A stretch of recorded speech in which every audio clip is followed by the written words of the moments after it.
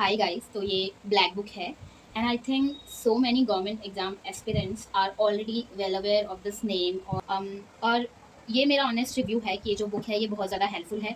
और I think जिसने भी इस बुक को पढ़ा है या फिर जो भी इस बुक को पढ़ के गए हैं उन्होंने एग्जाम दिया है तो वो भी मेरी बात से बिल्कुल एग्री करेंगे कि ये जो बुक है बहुत हेल्पफुल है। एक्चुअली वीडियो में जो लेटर्स हैं वो रिवर्स होकर शो हो रहे हैं, but actually it's been approx 1 year जब से मैंने जो प्रिपरेशन है वो स्टार्ट किया है।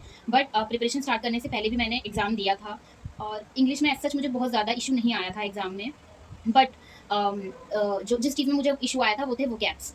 तो वोकैब्स एग्ज़ाम में ऐसी आती है, मैं अगर बात करूँ तो मैंने बैंक का भी एग्ज़ाम दिया था और मैंने एसएससी का भी एग्ज़ाम दिया था। तो उनमें मुझे जो वोकैब्स थी, बैंकिंग का बोलूँ तो उसमें तो थोड़ा हाई लेवल की वोकैब आती हैं। एसएससी में भी कुछ वोकैब तो होती हैं जो फेमिलियर होती हैं हम लोगों से, हम जो वर्ड्स हम डेली यूज़ कर लेते हैं, बट बहुत सारी वोकैब ऐसी होती है जिनसे हम फेमिलियर नहीं होते।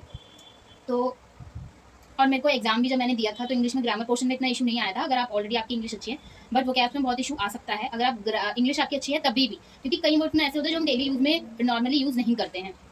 बट जब मैंने इस बुक को पढ़ा, वैसे मैं इस बुक को अप्रॉक्स कंप्लीट कर चुकी हूँ एक बार। तो और उसके बाद फिर जब मैंने मॉक टेस्ट दिए, इवन उसके बाद जब एग्ज़ाम भी दिया तो बहुत सही रहा था। वोकैब्स जो थी वो मैं कर पा रही थी। हाँ, 1-2 वोकैब्स और छूटी आती हैं, बट अप्रॉक्स जो वोकैब्स थी वो मैं कर पा रही थी। इवन मॉक टेस्ट में भी मुझे इससे बहुत हेल्प मिला है। तो हाउएवर मैंने कई लोगों को बोलते देखा है कि यार क्या है, ब्लैक बुक इतनी मोटी है, इसका कोई फ़ायदा नहीं है। बट फ़ायदा है, क्योंकि वोकैब्स पक्के हैं कि आपके आएँगे ही आएँगे। इवन पैसेज में भी आते हैं वोकैब्स, तो उनमें भी उनका सिनोनियम, एंटोनियम या उनका मीनिंग बताने में इशू होता है अगर आपने वोकैब्स अच्छे से नहीं करे हैं। तो मैं सच बताऊँ तो मैंने कोई यूट्यूब चैनल वगैरह फ़ॉलो नहीं किया था अभी तक। मैंने इसी से ही करा है, बहुत हेल्पफुल है ये। और इसको मैं अप्रॉक्स ऑलरेडी मैं बताऊँ तो मैंने सब कुछ तो नहीं करा है इसमें, बट मैंने यहाँ पे ये 1 वर्ड में ऑलरेडी पूरे कंप्लीट कर चुकी हूँ। और ईडियम एंड फ्रेजेस हैं यहाँ पे, वो मैं कंप्लीट कर चुकी हूँ। एंटोनियम, सिनोनियम, तो मैंने सिनोनियम ऑलरेडी सारे कंप्लीट करे थे, बिकॉज़ जो मुझे लगा कि अगर मैं सिनोनियम करूँगी तो एक बहुत बड़ा जो पार्ट है वो उसी के अंदर इन्वॉल्व हो जाएगा। तो ये सब चीज़ें थी जो मैं आई थिंक 1 से 2 बार कंप्लीट कर चुकी हूँ, और ये तो 1 वर्ड और ईडियम फ्रेजेस तो शायद मैंने 2 या 3 बार कंप्लीट करी हैं। बट एक चीज़ मैं आपको बोलूँगी, अगर आप सोचोगे कि भई इस बुक को एक बार कर लिया और हो गया, तो एग्ज़ाम में आप बिल्कुल बहुत बढ़िया करोगे, तो ऐसा नहीं है। वैसे मैं बता दूँ, मेरे पास मई 2024 एडिशन है और अभी ये 25 चल रहा है। तो मेरे को 1-2 लोगों ने बोला भी कि भई नहीं ले लो, बट मुझे नहीं लगता कि नया एडिशन लेने की ज़रूरत है। This one is enough. अगर आप ये भी करते हो तो बहुत कुछ है आपके पास, मतलब जो भी एडिशन है आप उससे कर सकते हो। अगर आपके पास इसका पुराना वाला एडिशन भी है तो वो भी मोर देन इनफ है, अगर आप उसको पूरा कर लेते हो या फिर मतलब जो भी मेन चीज़ें हैं वो कर लेते हो। तो एक चीज़ यार, कि आप इस बुक को एक बार कर भी लोगे, 2 बार 3 बार कर लोगे ना, so that is not enough. जो रिक्वायर्ड है, जो मुझे लगा, बिकॉज़ नॉर्मली मैं मॉक टेस्ट भी देती हूँ, तो जो चीज़ मुझे लगी वो ये है कि भई आप इसको एक बार खत्म कर लो, आप इसको 10 बार खत्म कर लो, इट डज़न्ट मैटर। जो मैटर करता है वो ये है कि आप कितना कंसिस्टेंटली इस बुक को पढ़ रहे हो। यस, बिल्कुल, आप इसमें कंसिस्टेंसी बहुत इंपॉर्टेंट रखती है, क्योंकि यार देखो, ये जो इतने सारे वर्ड्स हैं इसमें इसमें इन्होंने खुद बोला है कि मोर देन 20,000 वर्ड है। और इसमें फिर अगर आप एंटोनियम, सिनोनियम के देख लो तो वो और भी हैं।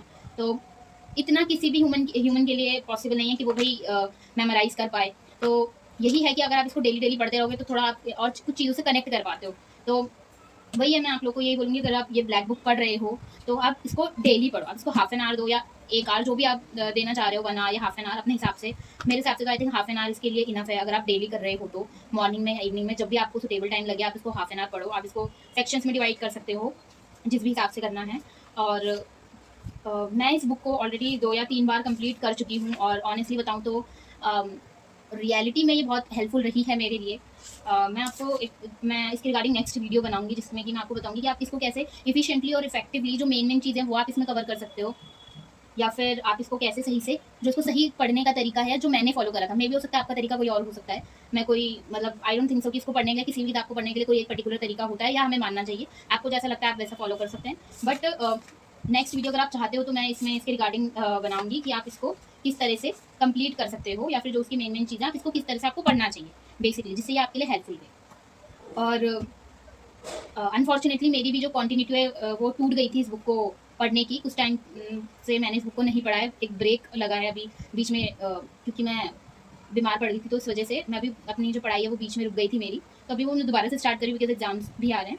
तो मैं इसी के रिगार्डिंग डेली वीडियो अपलोड किया करूँगी कि मैंने कितना पढ़ा और मैं किस तरह से इस बुक को पढ़ रही हूँ, ताकि मे भी हो सकता है वो आपके लिए भी हेल्पफुल हो, और मेरे लिए तो ऑफकोर्स हेल्पफुल रहेगा ही। So thank you so much, bye bye and all the best.